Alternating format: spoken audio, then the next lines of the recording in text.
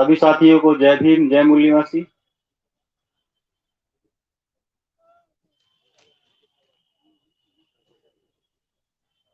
साथियों, आज जन प्रबोधन का जो विषय है, बिकाऊ मतदाता टिकाऊ जनप्रतिनिधि नहीं बन सकते। ये सत्र राजनीतिक उलगुलान सत्र के रूप में है।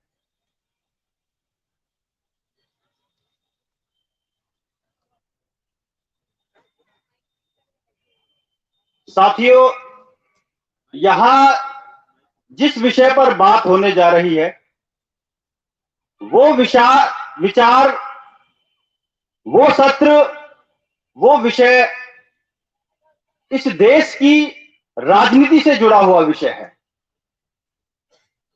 मतलब इस विषय का जो क्षेत्र है, उस विषय के क्षेत्र में इस भारत की संपूर्ण राजनीति आपको देखने को मिलेगी।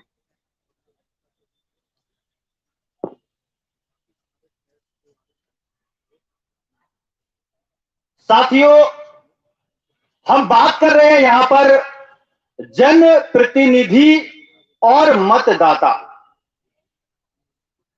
तो इससे पहले हमें यह जानना होगा कि इतिहास के किस दौर में ये अधिकार, ये मत का अधिकार या ये राजनीति का अधिकार हमें मिला, या इस पूरी मानव जाति को ये राजनीतिक अधिकार उन्हें कैसे प्राप्त हुआ और उसका क्या दौर रहा।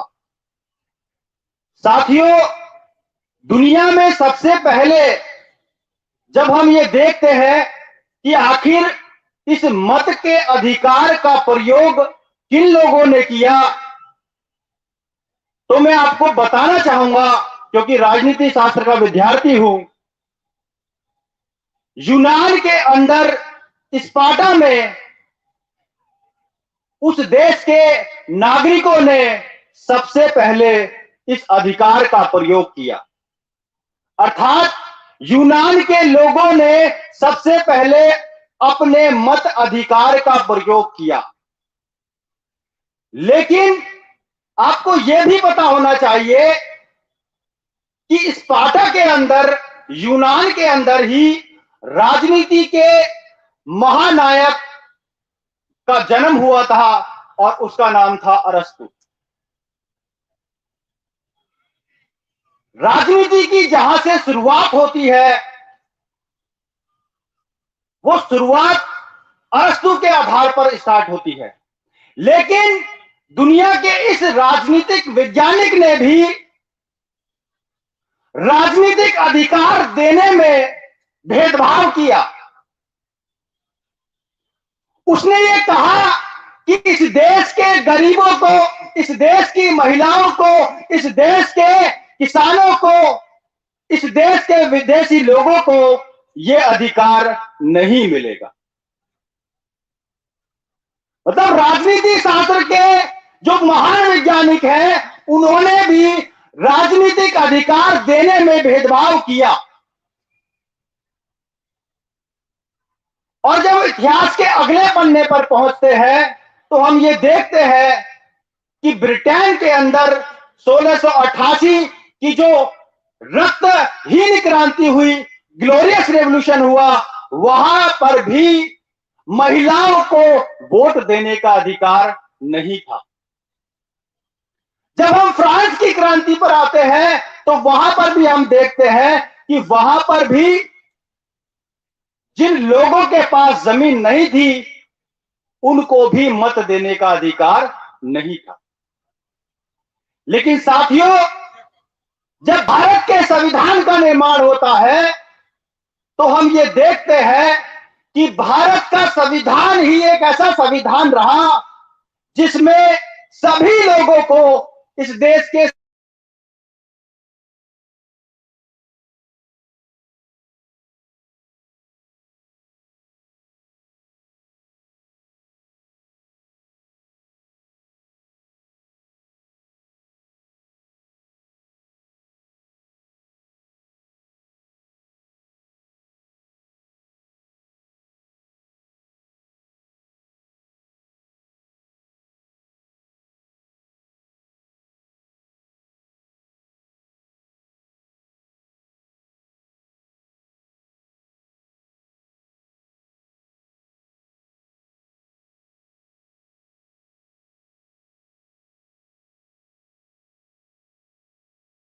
कि आखिर देश के बटे हुए लोग, जाति धर्म लिंग में बटे हुए लोग, अशिक्षित लोग किस तरीके से अपने वोट का प्रयोग करेंगे।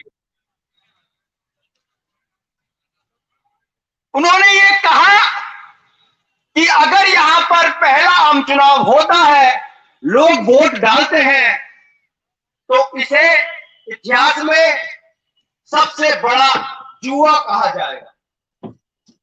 सबसे बड़ा जुआ मतलब यहां के लोग लोकतंत्र में जुआ खेलने जा रहे हैं।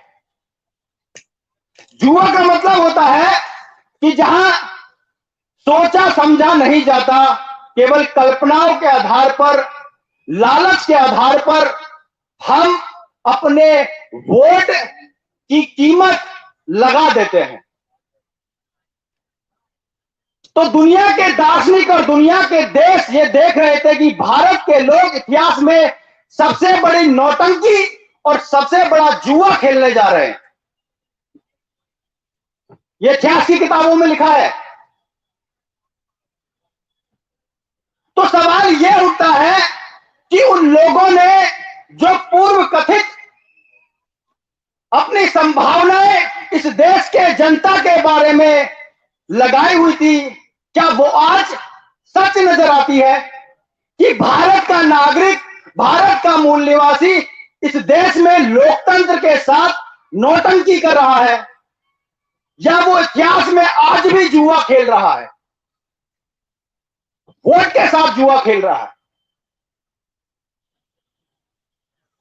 अगर ऐसा है, इसीलिए इस विषय का निर्माण किया गया कि इस देश का जो नागरिक है वो अपने वोट के प्रति जागरूक नहीं है।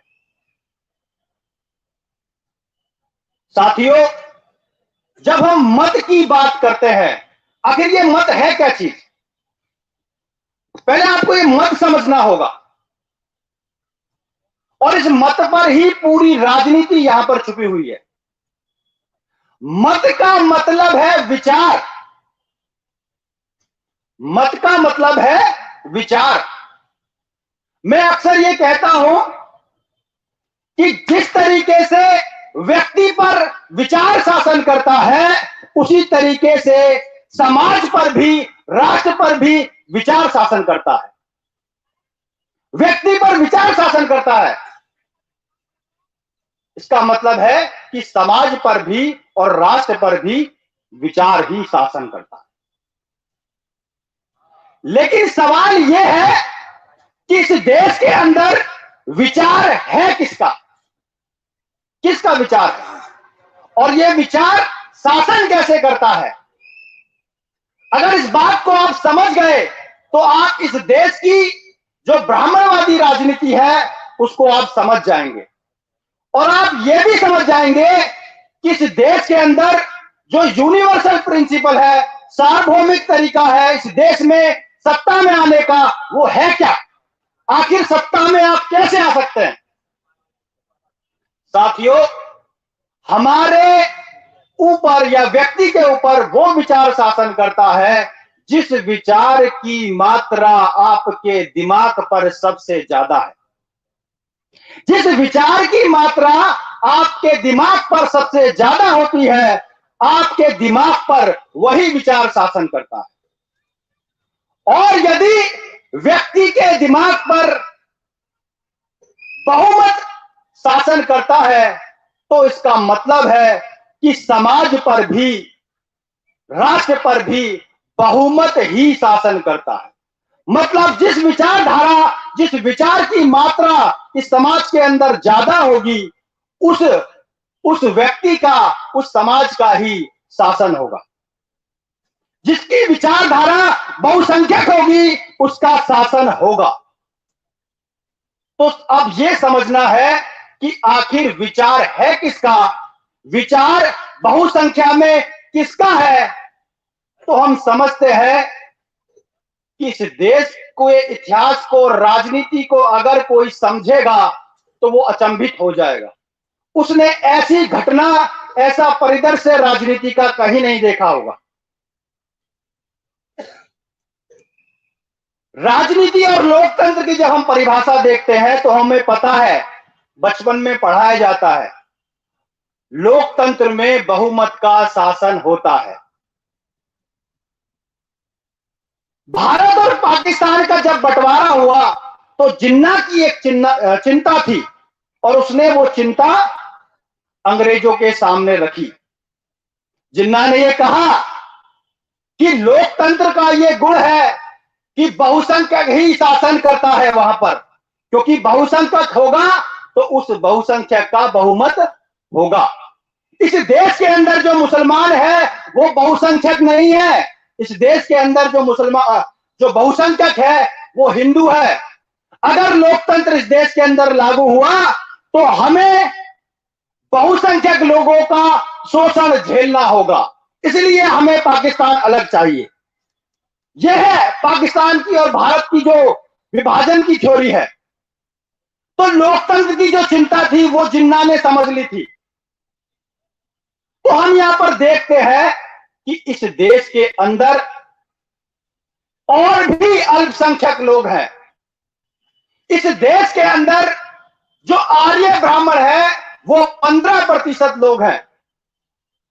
इस देश के अंदर जो आर्य ब्राह्मण लोग हैं, जो मनुवादी लोग हैं, जो विदेशी लोग हैं, वो 15% हैं।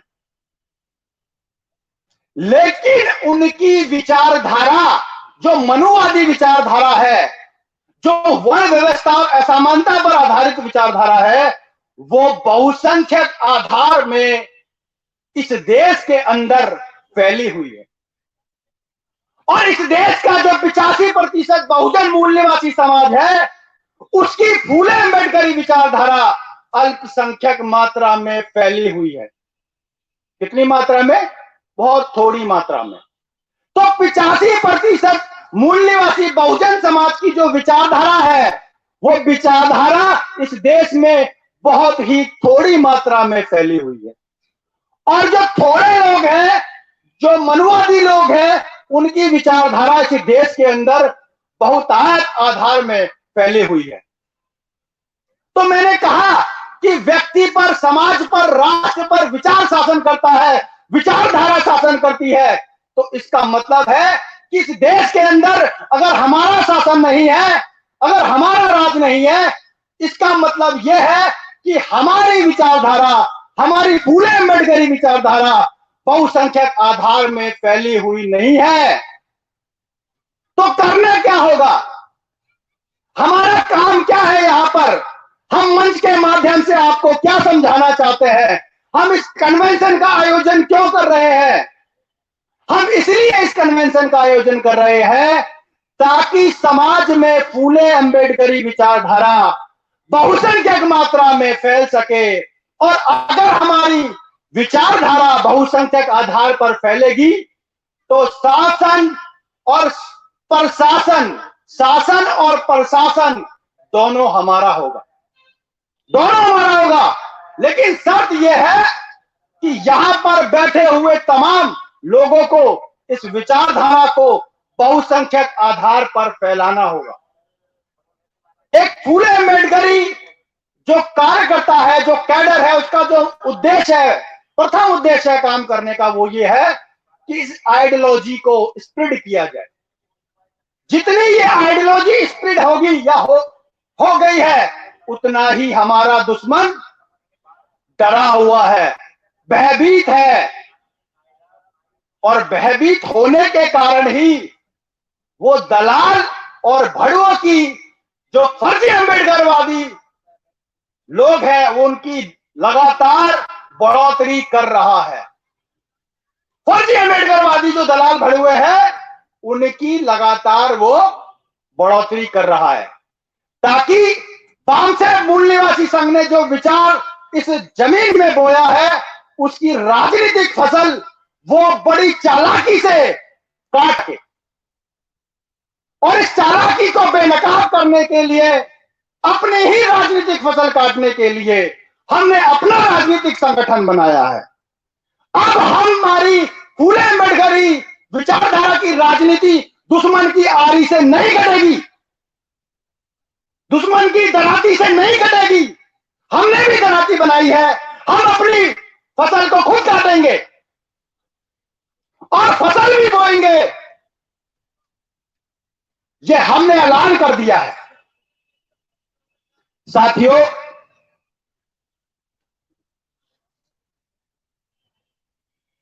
इस देश के अंदर दो तरह की राजनीति हो रही है। एक है निजी स्वार्थ पर आधारित राजनीति और दूसरी है विचारधारा से पोषित राजनीति। हम कौन सी राजनीति करना चाहते हैं? हम आइडियोलॉजिकल पॉलिटिक्स करना चाहते हैं। एक बार बोरकर साहब बैठे हुए थे, मैंने पूछा कि हम कौन सी राजनीति करना चाहते हैं, क्योंकि हमारी विचारधारा तो अभी समाज में स्थापित नहीं हुई, बहुसंख्यक आधार पर फैली नहीं है, तो फिर हम उस विचारधारा से कैसे सत्ता प्राप्त करेंगे? यह एक समस्या है कि अगर आपकी विचारधारा समाज में नहीं फैली हुई है, बहुसंख्यक आधार पर नहीं फैली हुई है, तो भाई आप राजनीति में सत्ता कैसे प्राप्त करोगे?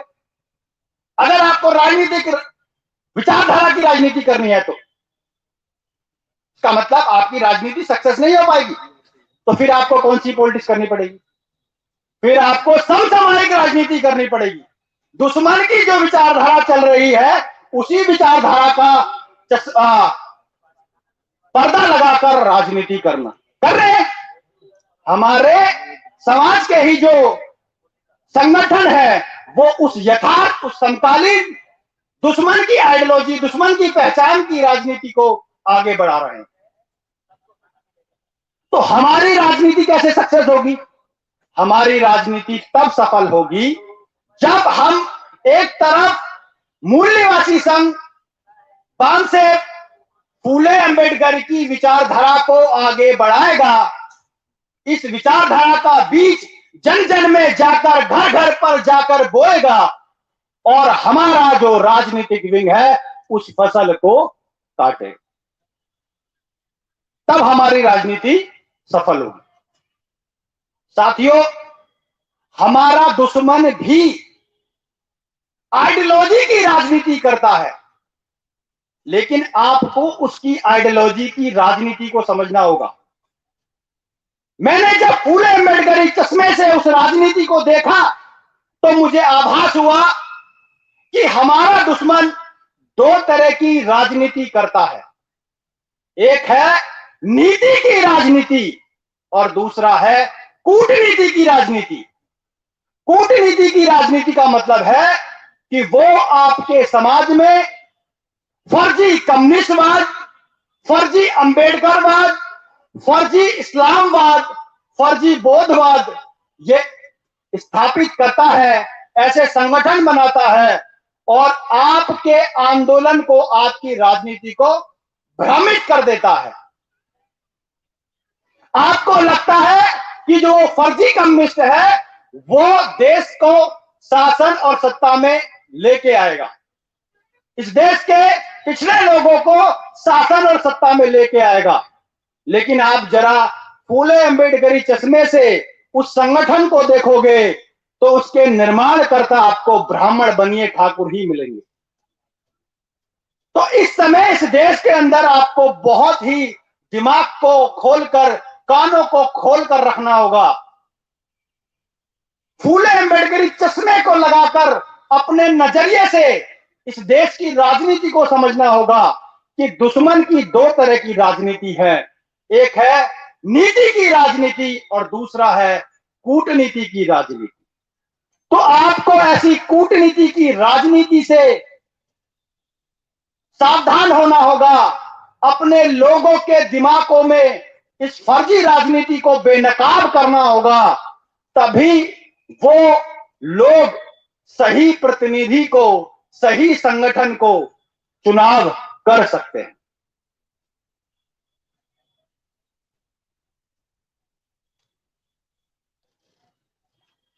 साथियों, यहां पर हम दूसरा एक पहलू और देखते हैं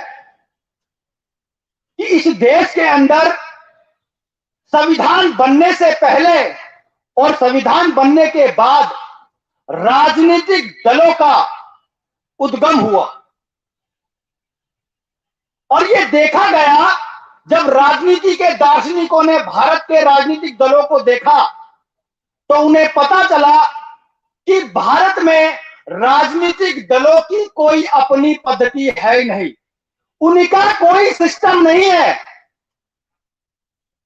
राजनीतिक व्यवस्था में आने वाले लोगों का, जो राजनीतिक दल है, उनके संगठन का कोई भी व्यवस्था नहीं है, कोई भी सिस्टम नहीं। इसका मतलब यह है कि उनको भारत में कोई भी लोकतांत्रिक राजनीतिक संगठन नहीं मिला। यहां पर जितने भी संगठन बनाए गए राजनीतिक, वो केवल व्यक्ति आधारित ही रहे। और व्यक्ति आधारित संगठनों का एक सबसे बड़ा लॉस है। मैं पहले एक कहावत बताना चाहूंगा, ब्रिटेन की कहावत है, the king is die long life of king. The king is die long life of king. अर्थात राजा मर गया है, राजा मर गया है, उसकी लंबी आयु हो। बड़ा अजीब लग रहा है, राजा मर गया है लेकिन उसकी आयु लंबी हो, कैसे हो सकता है? मतलब कहने का यह है कि व्यक्ति आएंगे जाएंगे, पद वहीं रहेंगे, लोग आते जाते रहेंगे, ये लोकतंत्र है। लेकिन व्यक्ति आधारित संगठन में व्यक्ति के मर जाने से संगठन खत्म हो जाते हैं, क्योंकि वो संगठन करिश्माई नेतृत्व पर आधारित होते हैं। इसे बोलते हैं कैरिस्मेटिक लीडरशिप। मतलब जिस संगठन में व्यक्ति विशेष होता है, व्यक्ति प्रधान होता है, जब तक उस व्यक्ति की चमक रहती है, जब तक उसमें ज्ञान रहता है, तब तक ही वो संगठन चलता है। जैसे ही उस व्यक्ति की चमक खत्म होती है, जैसे ही वो व्यक्ति मरता है, उस संगठन के इतने टुकड़े हो जाते हैं कि जितने इस देश के अंदर जाति के संगठन नहीं होंगे। और लगातार फूले अम्बेडकरी आइडियोलॉजी से पोषित संगठनों का भी यही हाल रहा है कि उन्होंने भी वो गलती करी इतिहास में कि उन्होंने उस राजनीतिक संगठन में व्यक्ति को विशेष बना दिया। तो साथियों, अगर इस देश में शासन लाना है तो हमें अनुशासन में आना होगा। जिनका अनुशासन होता है उनका ही शासन और प्रशासन होता है। जो लोग अनुशासन में नहीं रहते हैं उनका शासन और प्रशासन नहीं रहता है। तो आपको पहले अनुशासित होना होगा। आपका समाज अनुशासित नहीं है, इसलिए आपका शासन और प्रशासन नहीं है। वो 15% लोग अनुशासन में है, इसलिए उनका शासन और प्रशासन। साथियों, ये अनुशासन क्या है? इसके दो आधार हैं। एक है हमारा खुद का व्यक्तित्व, हमारी पर्सनैलिटी, और एक है सामाजिक संरचना। जो सामाजिक संरचना है, जो सोशल स्ट्रक्चर है, वो कैसा है? तो मैंने एक बार कहा था कि जिनकी सामाजिक व्यवस्था होती है, जिनकी सामाजिक व्यवस्था होती है, उनकी राजनीतिक सत्ता होती है, और जिनकी सामाजिक व्यवस्था नहीं होती है, उनकी राजनीतिक सत्ता भी नहीं होती है। और जिनकी राजनीतिक सत्ता नहीं होती है, उनको सामाजिक न्याय नहीं मिलना, उनको सामाजिक न्याय नहीं मिलना है। तो अगर आपको सामाजिक न्याय चाहिए, अगर आपको सामाजिक न्याय चाहिए, तो आपको सामाजिक व्यवस्था, समानता पर आधारित सामाजिक व्यवस्था बनानी होगी, और गैर बराबरी पर आधारित वर्ण व्यवस्था को, मनुवादी व्यवस्था को खत्म करना होगा। तभी आपकी राजनीतिक सत्ता आएगी और आप भी अपने अधिकारों का उपयोग और प्रयोग दोनों ही कर पाएंगे। साथियों,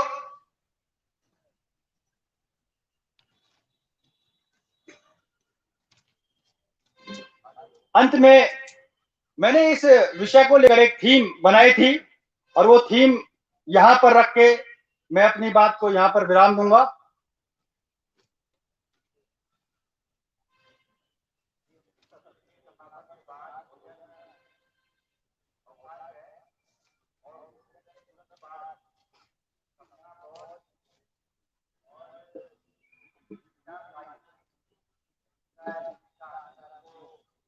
एक वोट बेचना, एक वोट बेचना एक राष्ट्र बेचना है।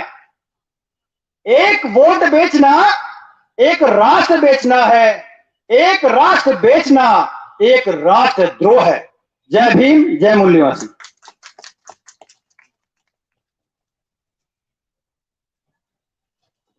धन्यवाद सर।